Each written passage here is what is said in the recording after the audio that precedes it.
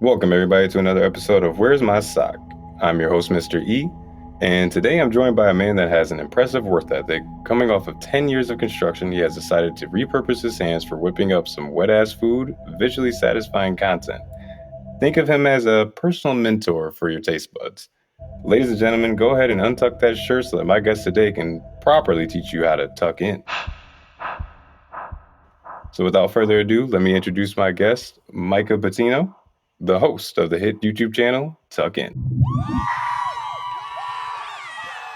Welcome, Micah. How are you doing today? I'm doing all right, man. How you doing? That was good. Good. Did I butcher your last name at all there? No, you got it. You got it. I just wanted to make sure. Straightforward. Yeah. Okay. Yeah, I'm not sure. Sensation. I'm not sure what you just said. Something about YouTube sensation or something like that. 70 subscribers so far, so I'm not sure. What do you mean? I'm telling you, man, it's gonna grow because again, I'm loving watching your content. You're perfect in my opinion. Like you're hilarious, informational, get to the point. And I'm not gonna lie, I personally loved your episode about the grinder for the salt. Like it made so much sense I never thought about it that way. And I can personally admit to the fact that I buy that grinder just because it makes me feel fancy while I'm cooking. Like if I'm being honest, like it's like, ooh, I get to grind up. Like, yeah, I feel like a chef. So it's like, why wouldn't I want to do this? Yeah, honestly, like that was one of the funnest ones I think I've ever done. And like it was one of the more viewed ones on my channel. So,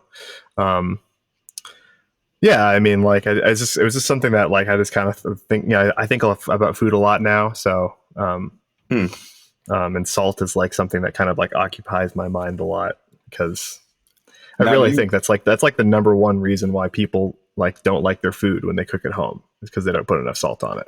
Now, see, it's funny you say that because me growing up, it was me and my mom and my sister, and we moved in with my grandfather so we could take care of him when in his old age. And my mom would always cook without salt because of his health and everything.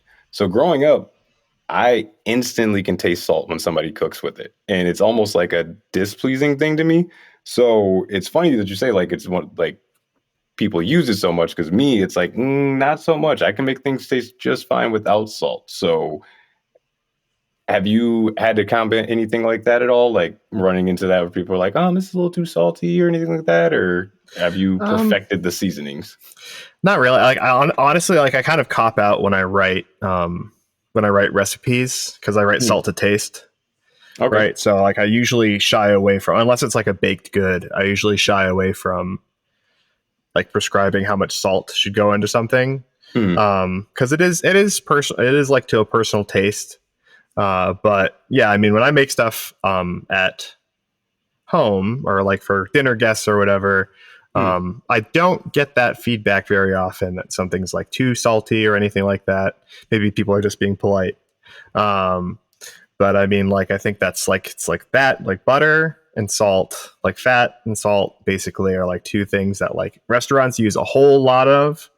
And like people at home, like, they're like too overly careful with it. And so, that's why like when people go out to eat at restaurants, they're like, oh, this food is so much better. And it's just like, yeah, it has like, like mashed potatoes at a restaurant. Like it is not uncommon for the recipe of mashed potatoes to be 5 pounds of potatoes and 5 pounds of butter, like literally 1-to-1 ratio. Like that's it. That's all you're getting. Yeah. I mean that, and then salt. And then that's like, that'll be like, and people, I tell that to people and they're like, yeah, their eyes just pop out of their head. They're like, what? So it's like, I do that at home. Mine doesn't taste like that. How come? And it's like, well, yeah.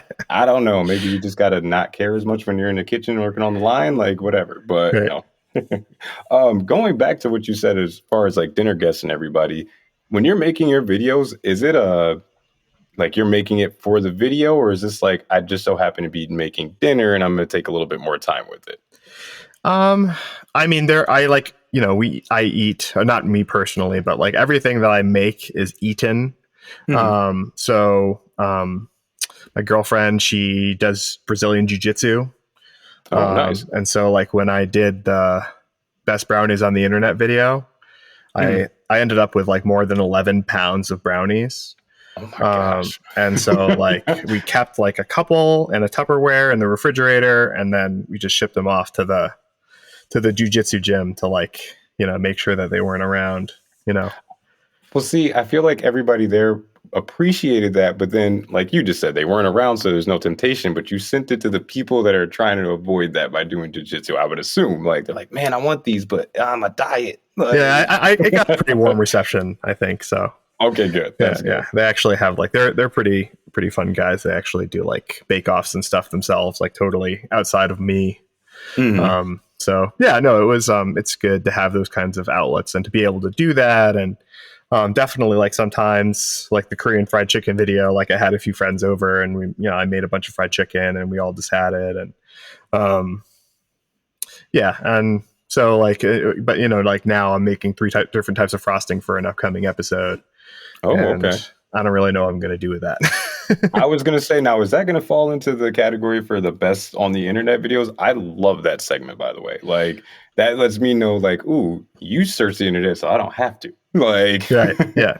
I mean, definitely more of that coming. This particular one isn't about that. It's more about like doing twists on like a kind of regular recipe. okay, Um, but yeah, I mean, I really like doing those too, and I think that's something that I don't see a lot of. And like, it's just a big problem. Like, it was for me when I started cooking. Was like I would be like, like I think of something that I want to make, and then like it's just amazing. Like the internet is so filled with so many food blogs and so many yes, food it content is. creators. Like you can type in anything you can just think of that like would make any sort of sense flavor wise, and you're gonna get like 10 like hundreds of hits of like this of that. And so it's like, okay, which one of these do I choose? I was just gonna say, yeah, like what criteria do you use at that point? Is it like just at that point personal discretion? Do you look at the reviews or So I actually have a video that I just filmed today, at least part of today, about recipe red flags, like oh, okay. things to watch out for when you're looking at a recipe, and to like think maybe because anyone and their uncle can make their own blog, or like Hmm. submit a recipe to allrecipes.com, because it's basically like Wikipedia of recipes. Right. Um, so like there's a lot of bad food out there. There's a lot of people telling you how to make bad food. So Hmm. there's like a few things to kind of like watch out for. And if you see it, then like maybe try a different one. So that's something that's coming up. But then the best on the internet series, obviously, my criteria for that is, first of all, I always use the top YouTube result for whatever Oh, the food okay. is. So like I'll Hmm. just do the best and then whatever the food is, and the top YouTube result, I always use that. Um, and then it's a combination of sources that I'm really familiar with and like are generally widely trusted, Bon Appetit, New York Times Cooking, celebrity chefs, like popular um, creators, and then also just like when I did the first one, the blueberry muffin one. This wasn't something that was like coming from some big name, but it just kept Hmm. on coming up in my research, and that was Jordan Marsh's, which is actually a department store. Um, Oh, okay. but apparently, this department store, when it was open, like they'd have these blueberry muffins in their little cafe that they had in the department store that were like just everybody loved them, right? Hmm. So like I just like, okay, like that has to be one of the recipes that I try, because like it was in all, and there were like multiple YouTube videos that were just trying to clone that specific recipe. So Hmm. like it was just kind of in the the zeitgeist of blueberry muffins. So I was like, I gotta try that one. It's out there. It's like, all right, this is one of the top tier ones. Like, if I don't, I think someone's gonna notice. Like, hey, man, so you're talking about blueberries, but muffins, but why didn't you bring up these ones? These are way better. Yeah, no, I don't blame you. I mean, that's Like, like, well, I mean, honestly, like that's kind of top of mind too when I'm doing it, because I mean, there are, again, like so many sources, like for hmm. each recipe. Like I usually do like 5 or 6 versions of one recipe, and Hmm. that's just scratching the surface, but like, 100%. like, I mean, yeah, I could spend a whole year making brownie recipes, and probably end up at the same place anyway. So No, I get that a lot just from recording podcasts. It's like I have to tell myself all the time, like, all right, you can only do so many takes. You have to pick one of them. Like, you can think all day long with so many different ways to deliver things. It's like just pick one. Like, you can't overdo it. You don't want to beat a dead horse type of thing. yeah, for sure. Hmm. Now, you brought up bad recipes and red flags. So I have a question for you because we were having this debate not too long ago at my job. Okay. Have you ever heard of applesauce and pork chops? Apple, like just like that flavor combination. Yeah, like you make some pork chops and you have applesauce on the side. Like, is that a normal thing to you? Have you heard of it or Apples and pork is like, I mean, it's one of the classic flavor combinations. combinations? It's like very, very popular. Yeah. See, I was trying to tell that to people at my job, and they're like, "What are you talking about? That sounds gross. I have never heard of that." Somebody was like, "That was on the Brady Bunch." I was like, "I don't know anything about that, but I'm not that old." But You get him to listen to this podcast now. You have a bona fide expert. yeah, exactly. So that's why I was like, I got me some credibility here now. So guys, yeah, I hope you all hear this. Applesauce and pork chops do go together. I mean, like anytime, anytime you see pork chops being made, it might not necessarily be apples. Like sometimes it's peaches or something like that. But like you're usually getting this kind of sweet note, Yes. something that comes from a tree, and like, yeah, it's extremely, extremely popular. So you are vindicated. Yes, thank you. Thank you. Because, yeah, like I said, I told everybody, I was like, I don't know where it originates. Maybe down south. That sounds like a thing. But it's just, you guys aren't cultured enough. I don't know what to tell you. So, do you have any kind of inspiration at all for this? Like, do you want to, who, in a sense, like, do you look up to in a sense? When you're making your videos, is there kind of like I kind of want to be like Dave Ramsey, or I kind of want to have a Guy Fieri vibe, or are you just trying to make it yourself, all you? Yeah. I mean, it's all over the place, right? Like food content creators, like food creators. Like you look at like the really big YouTube names like Joshua Weissman and Andrew Ray of Binging with Babish, and like, I mean, if you watch that channel, the Binging with Babish channel, you'll see like there are some formatting things that I've taken from that. And another one that like was really helpful for me learning how to cook was it's called Food Wishes with Chef John. And like he's just like an OG YouTuber who's been doing it for like years and years and years. And, like it's like he's very like just old school, like even the way he still shoots his videos, like there's no face, like it's like his hands, like making the food. And, he has this kind of like very musical voice that goes like way up in tone and way down in tone. Some people absolutely hate it. Some people just like think it's the most soothing thing. So like those are kind of like the direct YouTube influences. And then like when I wanted to start creating content, I wanted to do it in a way that was like inviting people in, and like kind of in a positive and sort of gentle way. I don't have the gentlest personality, so that there's a little bit I can relate to that more than you know. Yeah. Like honestly, like Bob Ross, like is a non-food guy. Like Bob Ross is definitely like someone who comes to mind, or like going back to chefs, a guy named Jacques Pepin, who's like a French guy who used to work with Julia Child. And like you watch his videos now, he's like hours and hours and hours of stuff on YouTube. And it's just like your grandpa like showing you how to cook basically, but it's like this kind of like nice, gentle, like positive person who's like, if you mess this up a little bit, like it doesn't matter. It's fine. Just like put some greens on top of it. And like whatever. But you're looking at it like, why would you ever put that on top? No, you should just throw it all away, scratch it off. Actually, you should probably get out of the kitchen. Let me handle that. Like, yeah. I mean, there are definitely people like, Gordon Ramsay or like some other people like, like they're going to like almost scare you and like make you feel like you need to do certain things perfect. And it's like, just relax, just relax, Well, coming from another person that might not be the kindest or softest, as you said, I don't think you come off that bad. I think if anything, someone messes up in the kitchen, you might visually slap your forehead and they can see you're frustrated, but I don't think you'd snap on them. I hold myself to like a completely unreasonable, like different standard, right? Like anything, if I mess something up, it's like the end of the world in my brain, but yeah, I mean, if someone else is like, honestly, like it's just more people just need to get into the kitchen. And so like whatever I can do, like to help with that and to like help people feel good about it. Like, I want to do that. So 100%. Now you said you hold yourself to a high standard. Now, what helped you create that standard for yourself as far as cooking goes? Or is it just kind of personal thing for you? You know what I mean? Like, what brought you here to go, all right, I'm going to stop constructing and I'm going to start cooking. And when I cook, it's got to be this great because, like, what drove you to that point?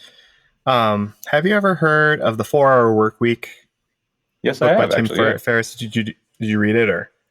I haven't read it, but I've heard of it. Okay, It's been recommended a lot to me, but so in the book, he talks about this thing. So like he kind of starts off by going like, okay, now like just let's just imagine that this has succeeded. You only are working 4 hours a week, right? Like you have all this mm, extra time.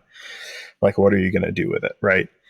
And mm, it's like everyone kind of he's like the common like response is like, oh, I'll just go by the beach and just like drink margaritas. And he's like, okay, like that's fine for like a few hours on the first day, right? Maybe by like end of the fourth day, like you're really bored. And then by the end of the first month doing that, like you've developed a problem, right? You're now like an alcoholic, right? So okay. he talks about creating positive stress in your life in the way of I like like that. creating goals Mm, um, to like, to like basically make yourself more productive and to give yourself focus. mm. And so he calls that, instead of in being distress, he calls that eustress, like euphoric stress. Right. I So like that spin on that. when I started cooking, it was as an escape from all of the stresses of like doing the job that I was doing at the time, working in Mm, construction. And like the type of job that it is as a general contractor. So like a lot of it was like having it's like oftentimes would have to have like very difficult conversations. It would get confrontational, pretty mm. often, honestly.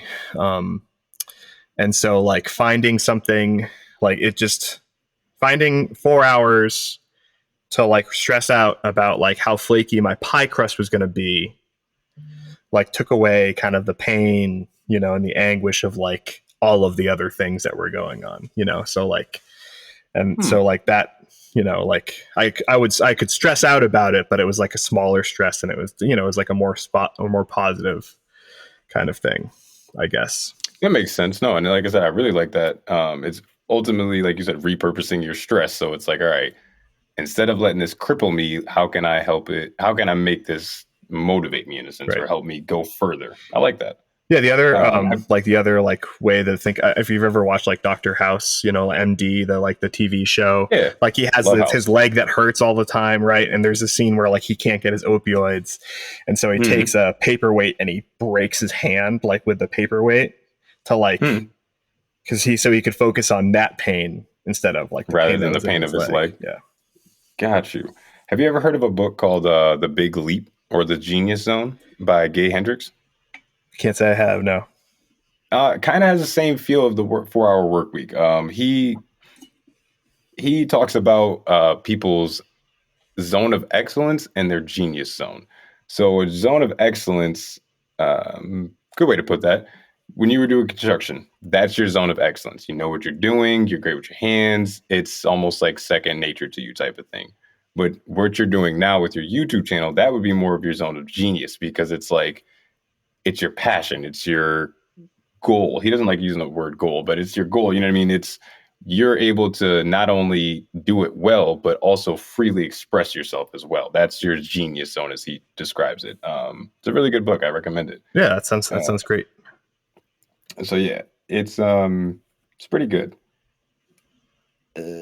Sorry, kind of fumbling It's over all my good, notes man. here. Um, what about any obstacles? Anything kind of like stop you before getting to the YouTube part?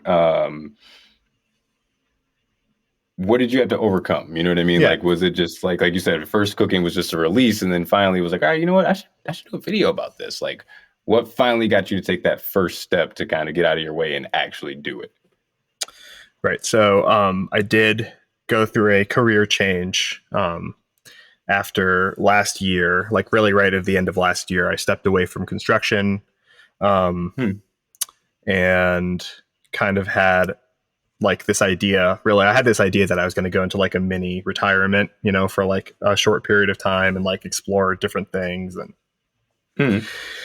I knew like right after I stopped working, I was going to need like a few weeks to just totally detox, like not do Hmm. anything, chill out, and just watch TV shows and like turn off my brain for a while.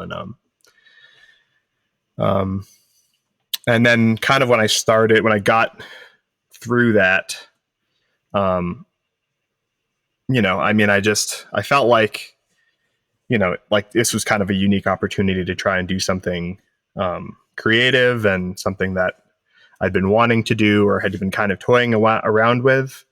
Um, there's this TV show I was watching at the same time called Station 11. I think it's on Netflix. And there's this one scene where um, a character says, "I don't want to live the wrong life and then die."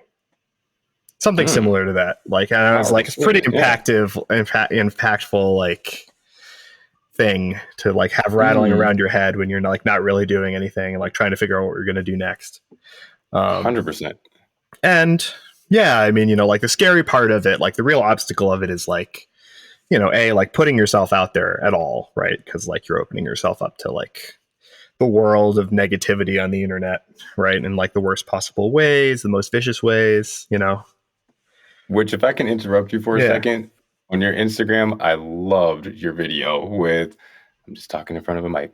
Like, I think you found the key and the perfect way to introduce yourself to the world. Like, it was perfect, man. I love And that. that was like Like, literally the first time like I was talking to the camera. Like I'd got it, I'd set it up, the whole thing, and it was just like I felt all the arrow just like leave me, and I hit record, hmm I was like, oh. it's like, I got this, I got this. You hit the button, and all of a sudden, it's like, Right. everything I just prepped just went out of the window. And then eventually, like I mean some people don't make it through that barrier, but like you kind of get through the like the scariness of it and you start doing it and Hmm. embracing it, and then kind of the next barrier or like stopping point for a lot of people I think is like putting yourself out there. Like you kind of like burst into this new environment and like you look around and you're like, oh, there's like hundreds of thousands of other people doing very similar things of the similar thing that I'm doing, and like you feel like you're in this huge vacuum with like a very tiny voice, right? And like Hmm. now you're working really hard, you learned all this stuff, you bought this equipment, whatever, and like you're putting out content that you're hoping is quality and you're working really hard on, and like you just like no one, you get like very very little traction. you Yep. know oh, I got 5 downloads on this episode that spent 5 hours on, or 6 views on this video. I made 11 pounds of brownies and I think 36 people watch this video, and it's like, what am I Hmm. doing? you 100%. know but So with that being said, where do you want to see your channel go? Is there a end game for this, or is it just like you said, this is that period where you're just kind of exploring?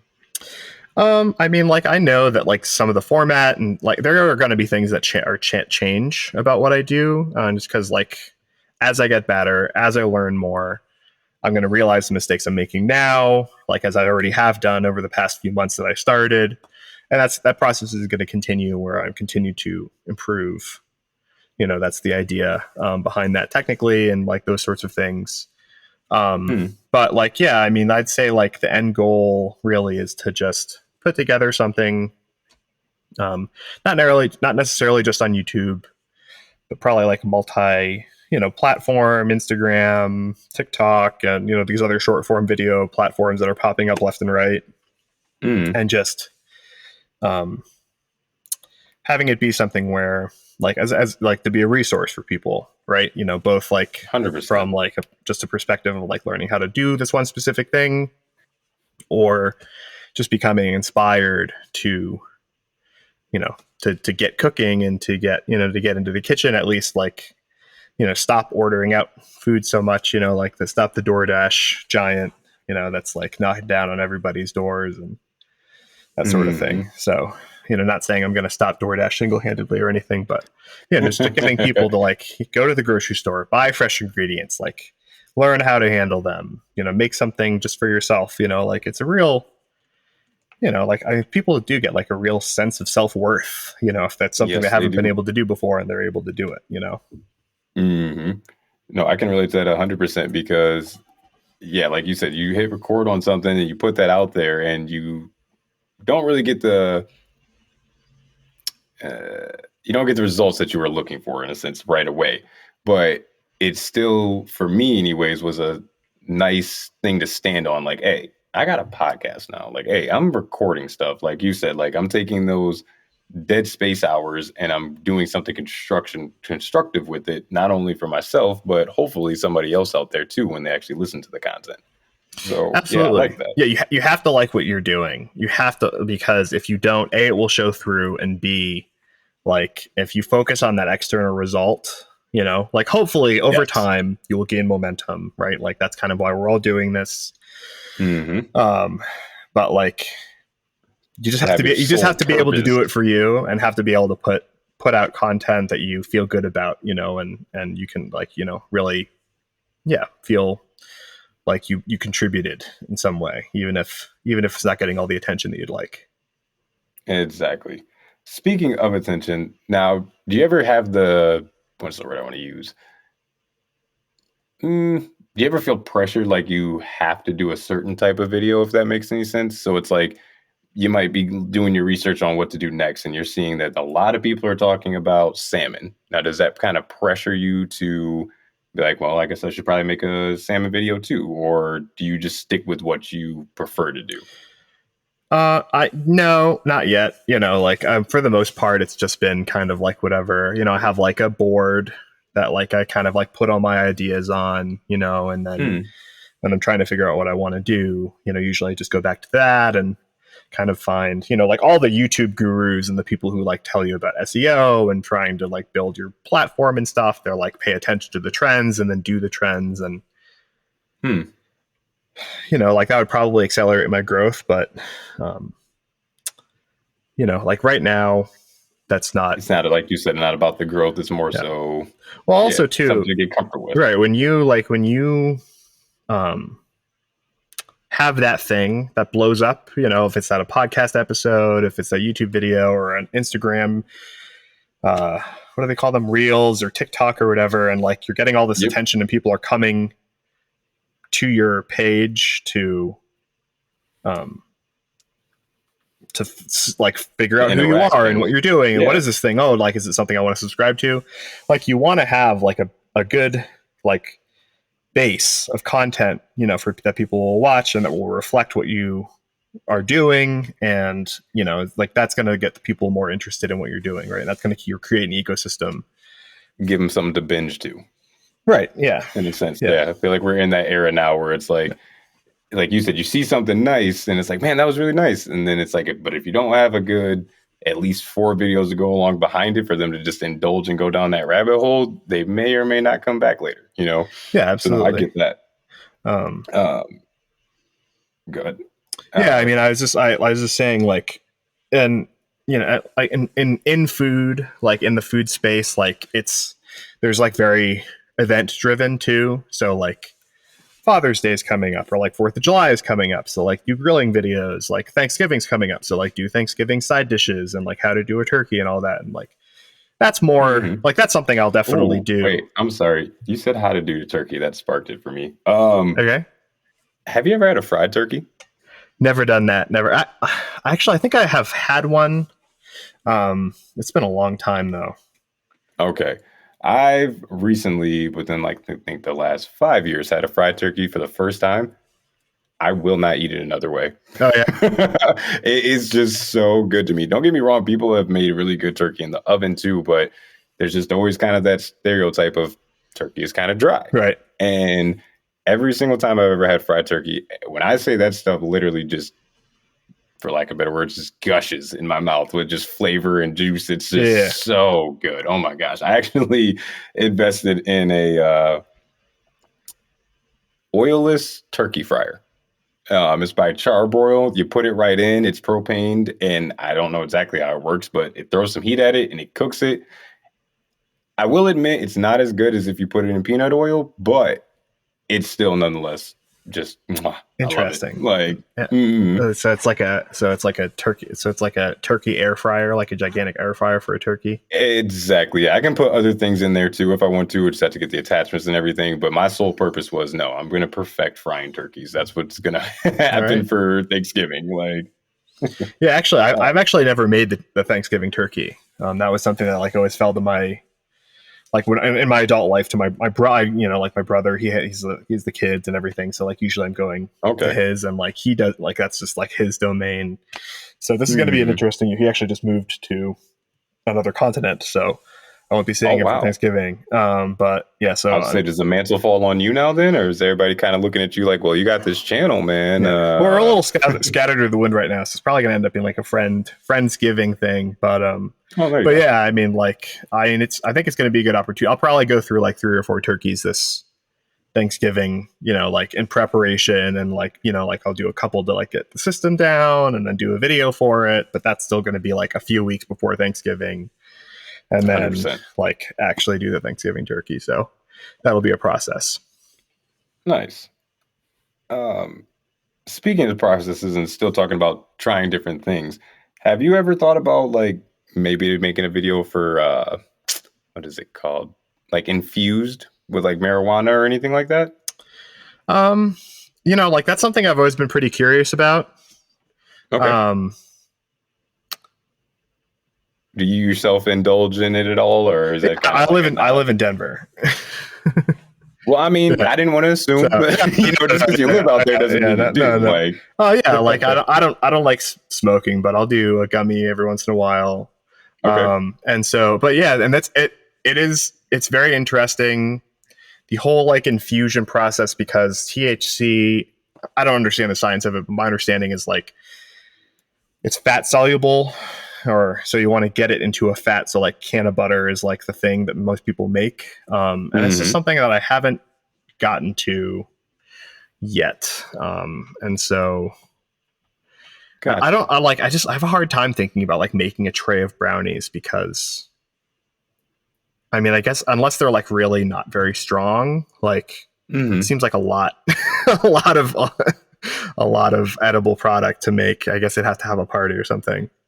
Exactly. I mean, from what I know about it, like you just said, it usually goes into a like a butter or an oil. I've actually seen like straight up THC cooking oil, like you would see vegetable Mm-hmm. oil. It kind of messed me up a little bit. But I do know that it's extremely distinct, and I've been actually impressed. I live in Michigan, and we just recently became legal and stuff, so we got dispensaries popping up everywhere. Oh And I yeah. was very surprised to see that going from somebody made edibles at home to dispensary edibles. At the dispensary, I don't know what they add and how they do it, but they've been able to just completely mask over that THC taste, and it was just like, Yeah. wow, I didn't know that a gummy could actually taste like candy Yeah, it's like, and get me messed I up. mean, Like, different brands will have different, like some of them are like, there's like one brand, I forget the name of it now, but like, I mean, it literally like nothing, right? Just like, it's like mm-hmm. watermelon flavor, and it's just like amazing. But there are some others where it's like, you can taste it, but I mean, it's a gummy, like it'll be in your mouth for like 10 seconds, and, like Exactly. it's fine. Mm. Um, Kind of switching gears a little bit, and this is extremely random, way left field, but and being on brand with my show and everything, do you have a favorite sock at all? Or a favorite brand? I mean, I What gotta kind of go socks you with, got yeah, on your and feet I, today? I gotta go with the ankle sock. That's like You're an ankle sock my guy? go-to. Okay. Like the low rise, like it just feels too dangerous for me. Like it could just like slipping under the back of the shoe, get the blister, and like especially like having worked in It's just too construction, dangerous. I have those big boots, and like you got to have at Do least a you little bit of still, fabric. I would say, do you still ankle with the big shoe boots on too? Um, yeah, usually, because you don't want it to Wow. come up Okay. at like if you get like the tube sock, right? Like you don't want it to get to the collar of the boot, like that's just uncomfortable. And then also, if you scrunch it down, then you get all this like extra stuff that's like caught in Yep. the cuff of the boot. So it's ankle socks all the way for me. Now, see, when I can find a pair, I'm a tall sock guy. I'm a tuber, Okay. like especially if I have boots on. Like you just said, you said it's uncomfortable for you to go up to like the brim of the boot. I'm like, nah, man, it's got to be right there. Like, Uh, but that's just me. yeah, fair enough. Hmm. And since we're a little derailed at the moment, how do you feel about like a zombie apocalypse? You ever? I feel like a lot of people at some point just daydreaming, thinking to themselves like, "All right, so if zombies just break out right now, I'm going to here." You got a zombie apocalypse Yeah, I mean, it's like game plan for yourself, encapsulated like or? most of my high school like mindset, basically. Like, I mean, I like we had like just like an at length discussions about it. Like my Hmm. we had like role playing games that we'd play and like tabletop role playing games where like there's like that kind of thing that's going on. We actually, a buddy of mine and I, two friends and I, we tried to like we like messed around with starting a company that sold these like preparedness kits, I'm loving this. Okay. and like whatever, and like we just couldn't, because we were like 19, like we couldn't figure out like how to make it profitable, basically. Monetize off Yeah, this stuff. we Yeah. like I don't know which like what like without consulting the other two, one of us got like a Facebook ad Hmm. and like putting it out like this product out that we didn't really have. So like we sold like two of them. And so like I remember I had to like go to like a department store and like just get stuff that we said was in it and just like put it. I'm certain that we lost money on those two kits. So there's like some random person in California Oh, who like that's I great. never spoke to or anything and like whatever. But I mean, you say California, it might be Elon Musk. He made those flamethrowers just because he was bored. Like he might have go, "Ooh, zombie apocalypse." Like you never know. Like I mean, like, yeah, that's such a weird duality because I'm sure, like, at the same time that he's living this life that, like, we can't even imagine, like, I'm sure it gets just crazy boring sometimes, right? 100%. Like It's like he's you a can human, literally like just do like whatever you it doesn't want, seem like it, but right? hmm, I don't know. I mean, like, I'm not saying I'd turn down that much money, but like, that part, I'm not yeah. crying any tears for Elon, by the way. Like, don't. Oh yeah, no, not even a little bit. He'll be just fine. He's got plenty to wipe those tears Yeah. with. Like, and look, and if he runs out of money for some reason, he's got the cryptos too, so he's fine. He's fine. Oh man. um, Now, where was I going with this? Oh, earlier you were talking about a show on Netflix. Do Yeah. you have a preferred like streaming service at all? If you had to pick just one to watch or just pay for, it's like, all right, we're not going to do the Hulu, Netflix, Amazon. We're just getting this. What would it be for you? Probably Amazon Prime. Prime. Yeah. Okay.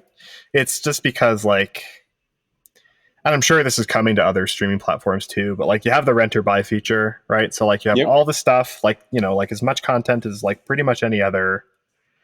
I'm watching The Boys right now too, which is a I Prime am original. too. How far are you? I like just got into the third season. I hadn't seen any of it, so like I started Yep. from the first season. Same. And so like that's been pretty fun. But like, yeah, I mean, you have that rent or buy feature, and then I'm gonna have Amazon Prime because like I like because of all like the original reason it was created for the free shipping and all that stuff. So 100%. like, Yep. yeah, if I was gonna just chop it down to one, it would definitely be that one. Although like Disney Plus is actually way better than I anticipated it being. Now, I have to be honest. I have Disney Plus too, but I only use it for the Marvel. I I think maybe I watched Coco on there too once, but that's about it. Like I don't really go for anything else. I know it has Pixar, Star Wars, and everything, but it's like I turn that app on and it's straight to Marvel. Like Yeah, I have a hard time with the Star Wars stuff because, like, I mean, just growing up with like the three same, movies, and then like when I was pretty young, when like the sequels came or the prequels came out, and like that, so I like I just absorbed that, and like just it being that for what 20 years or something like that, and then all of a sudden it's just like this hmm glut of TV shows and movies and this and that, and like it's become diffuse. So I'm sure I know I someday get I'll that. like I'll take the time to like go through it, but honestly, like. I've wanted to be a bandwagon when it comes to Star Wars because growing up, I kind of looked at it like, only nerds watch the Star Wars stuff, da da da. And then, like you said, that hype came around with the whatever you call them, sequels, prequels, wherever they lie. Right. Yeah, all that hype came around, and I saw Taco Bell cups and this and that, and I'm like, wait, people actually like Star Wars? This isn't just some nerdy stuff. Like, maybe do I need to go see this movie? I, Like, but I still haven't. Like, I've seen bits and pieces. I get the references, but I don't know the story. And that might have been the beginning of like nerds becoming cool, you know. I think that's yeah. I mean, I'd have noticed in the sense like the shift it's shifted a lot. Like before, when I was growing up, it was like hey, yeah, you probably shouldn't be, you know, in your late 20s or even 20s at all playing video games or whatever. Now it's like, nope, you can be 30 something years old and make a couple $1,000,000 a month off of video games. So yeah, why wouldn't I want to be in my mom's basement? That guy's making great money. Right, Like, yeah. so it's just crazy how like it's shifted that way. But yeah, it's going back to The Boys though. I'm not gonna lie, that threw me all the way off because I just started watching that too. What are your thoughts on it? Is it just crazy? Does it seem realistic, or It took me until like I'm not gonna spoil it for you. So, but it just you can spoil it? I've seen it. It took me until and like, my audience. I'm sorry, you guys should just watch because I want to talk about this show. yeah. Stop listening right now if you haven't seen it. If you're not caught up to at least season 3, episode 1, you might want to pause and go catch up on that before you continue this. It took me into the second season though to realize that the show is designed to just make you go, what the fuck?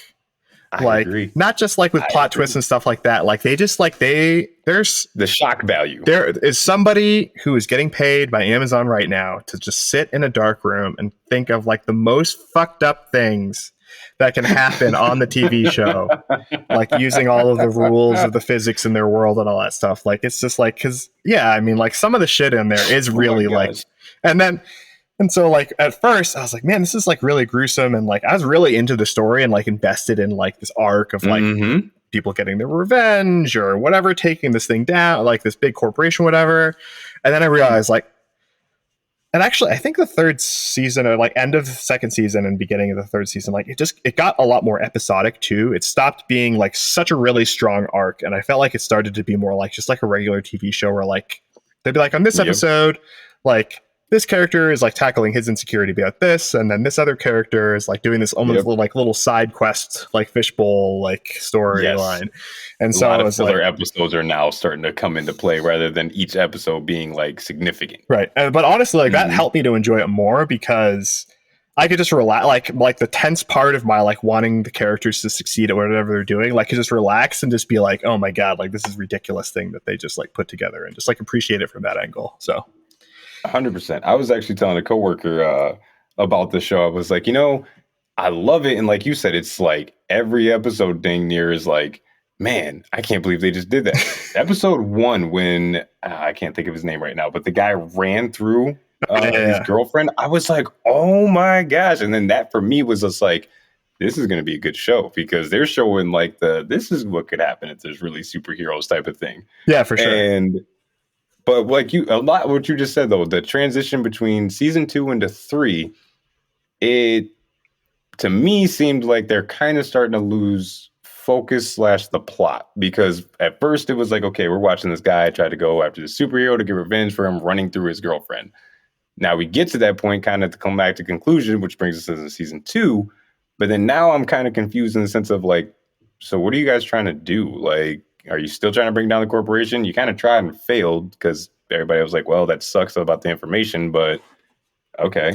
And they still keep going. So it's like, what is their focus now? What's their point? Right. You know? I mean, that happens with every American TV show though, right? You know, like Jim gets Pam in season 3 or 4, you know, whatever, like what's his name? Leonard marries Penny, and like that whole thing, Big Bang Theory. You know, like The Lost, like literally they made it for 4, like the guy was like, it's going to be 4 seasons, and they stretched it to like 6 or 7. And like at the end, like even the creator was like, yeah, I don't know why we put a polar bear in there. Like we just thought it would be weird. Like we figured we'd explain it later, and then they never did. So like, it's just like, you know, I mean, I think The Office went on for another, whatever, like 6 seasons, like 5 seasons, like with like a pretty high quality. You know, like after Michael Scott left, like, you know, you can debate that, whatever. Fell off a little bit, yeah. But like, did you watch The Office? Were you a huge fan of that? Oh my God. Like before it came off of Netflix, I watched it.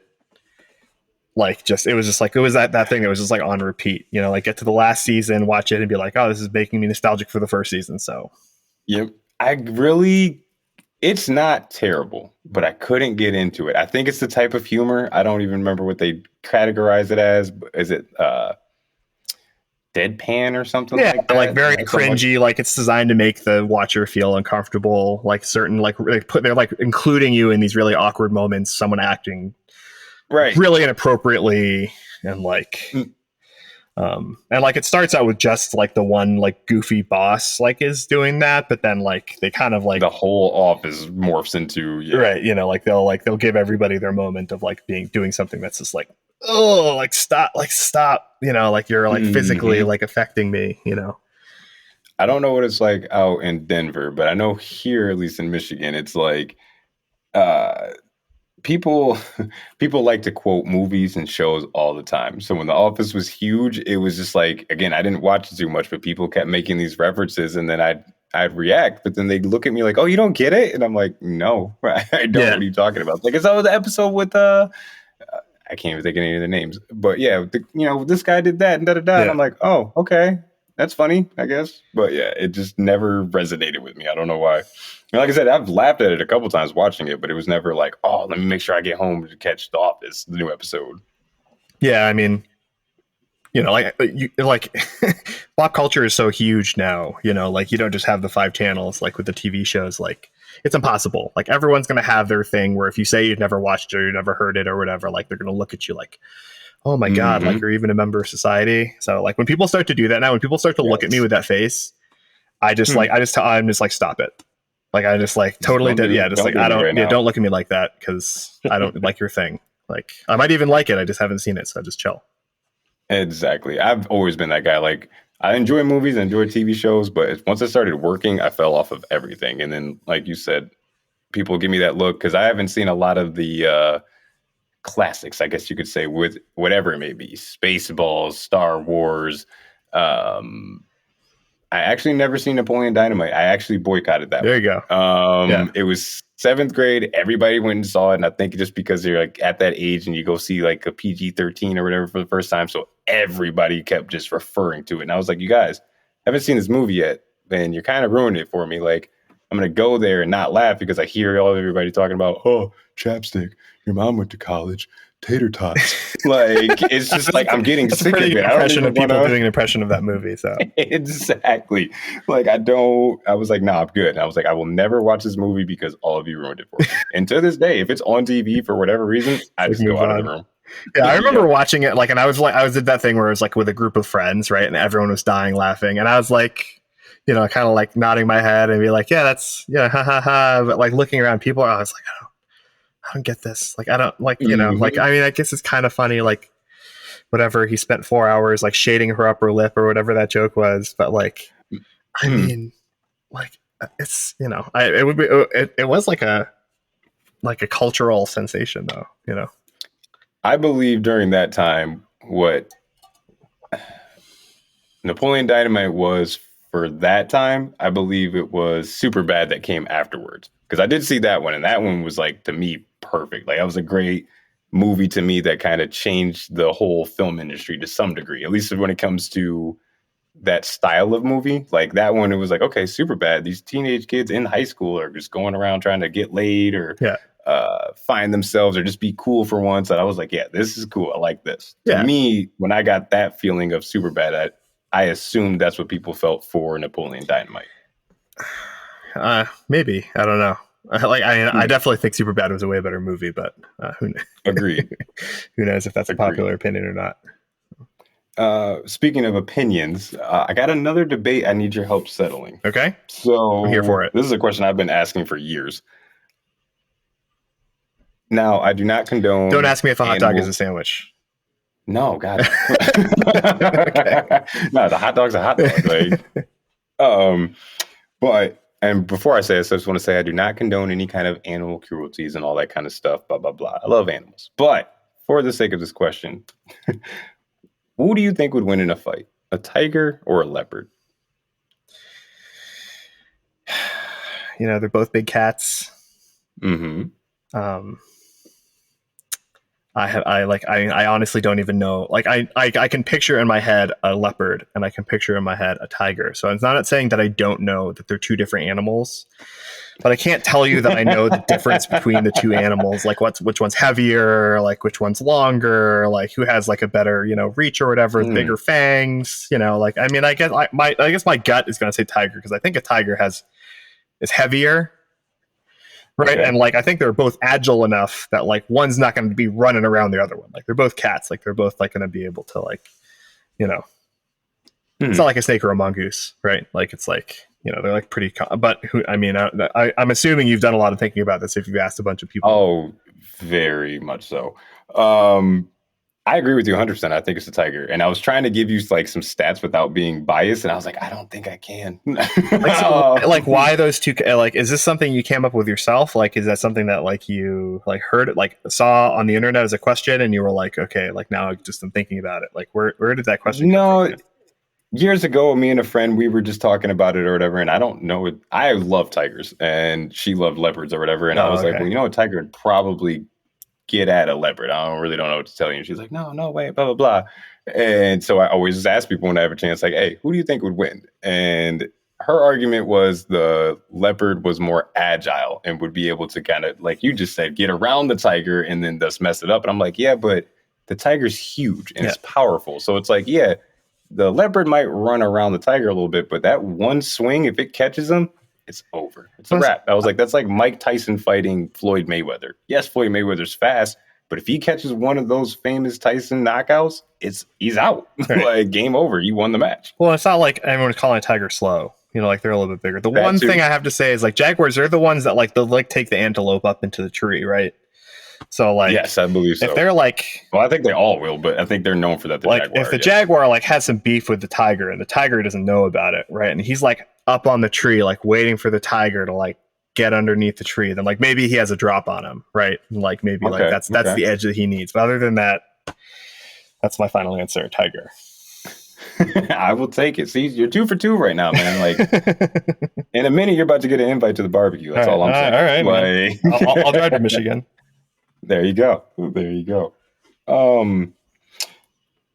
That's kind of everything I've got so far for you.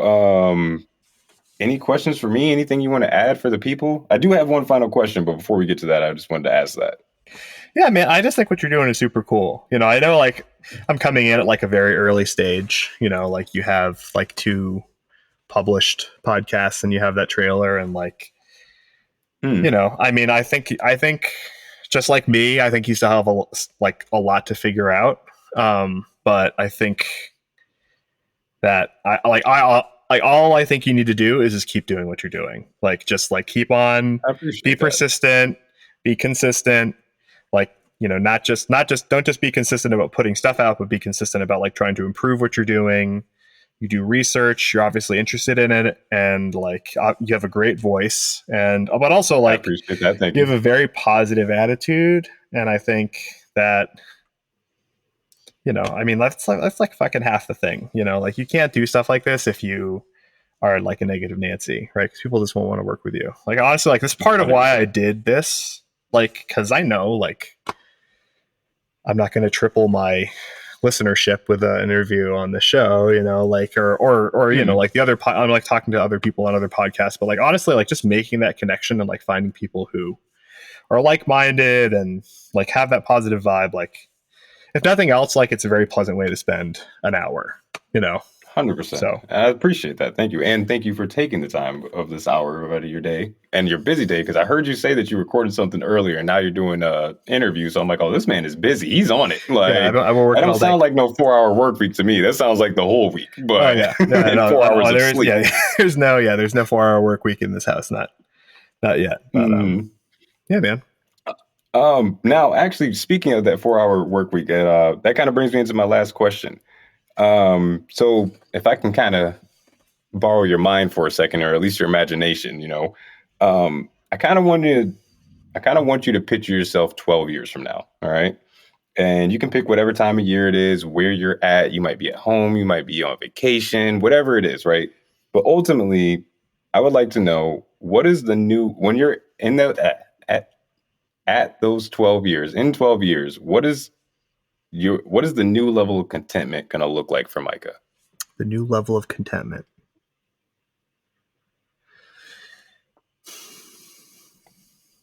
That's going to be, at least I think, right? Because 12 years is a long time. Mm-hmm.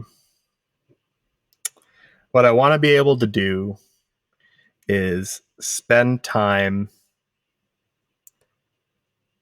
putting out positive energy both to an audience, like a group of people who I'm not very familiar with, Mm. but also to like those closest to me, right? So my family, my friends, being someone who can help in certain situations, being someone who is kind of a reprieve from like the harsh outside world, you know. Um, Mm. so that's what that is. I mean, I think I talked about a little bit about like how like in my last career, um, I had a lot of moments where I had to be confrontational and like wasn't, like I'm as much as I like to Mm. be like, think like as much as I like to think I'm a nice guy, like in a lot of people's stories of their lives, like I am a villain, Mm-hmm. because we had a disagreement about something, or I couldn't or wouldn't give them what they wanted, or let them do what they want to do, and whatever certain instances, things like that. Um, and like I just want to take that, like, and that's always going to be the case, right? Like somebody somewhere, even if you're on your best behavior as much as you possibly can, like you're going to have an interaction with someone, even if it's for 20 seconds, where somebody comes home and is like, I ran into this real asshole, like, Mm-hmm. and like whatever, tell you, like, cut somebody off in traffic, whatever it is. But I just want to like take that and just turn it like all the way as far down as possible, and then turn up like the positive output, the positive impact that I'm giving to Mm. people, and like I want to be able to like obviously like I want to have my basic needs met, and hopefully, like this, what I'm doing now is going to be a vehicle for that. So I like through it. creating content on YouTube, through food, and Hmm. so that's what I'm going to say. Awesome. Very nice, Micah. I like that.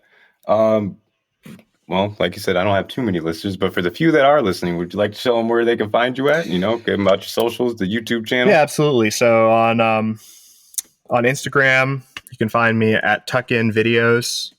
Um, and tuck in is like tuck in your shirt. It's actually a British term for like eating enthusiastically and hungrily. But so at Tuck In Videos on Instagram, just the channel name is Tuck In on YouTube. And you can go to my website. It's just tuckincooking.com. So, Nice. and thank you a lot. Thank you a lot for having me on. This has been honestly like very pleasant experience. I appreciate that. Thank you. Like I said, it's been a little nerve-wracking for me because, like I said, it's my first interview. So kind of scrambled a lot of things together. And I'm like, all right, questions. So yeah, I appreciate you for your patience and your time. Yeah, I'm glad I was here for it. And, hopefully in, a couple years, something like that, I'm doing something new. You're doing, whatever you're doing. Maybe we can reconnect and, kind of Oh, see where we 100%. are in our creation journey. Right. Exactly. This is my first podcast before I go into my like more serious one anyways. This is like you said, the test run. I want to get all the kinks worked out, get comfortable with this. So then that way when I start my next one, it's like, all right, this guy knows what he's doing. So I don't Awesome, want to give man. out too much yet. My fans don't know about that yet, All right. but Well, I'll be listening. So, definitely. I appreciate it, Mike, and thank you again for joining us. And you have yourself a good day. yeah, you too, man. Thanks.